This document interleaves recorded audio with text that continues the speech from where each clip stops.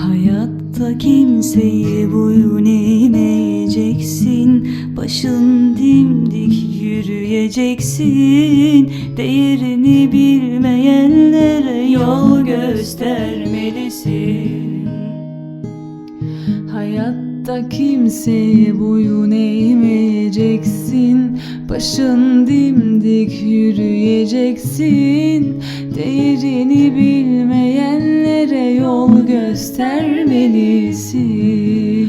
Bir kalpsiz için ömrümü harcadım, yaptıklarını bile hiçe saymışım.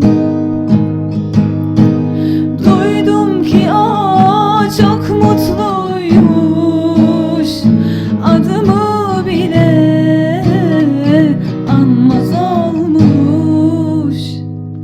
Sen ona yanarsın o başka tenlerde, umrunda mı sanki ne haldesin diye.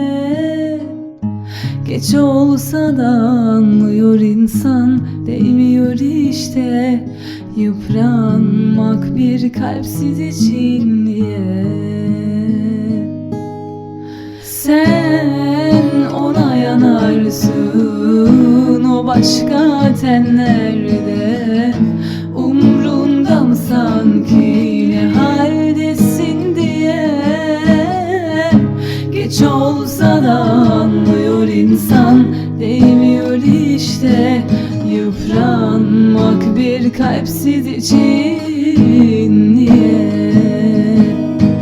Sen ona yanarsın o başka ellerde, umrunda mı sanki ne haldesin diye. Geç olsa da anlıyor insan, değmiyor işte yıpranmak bir kalpsiz için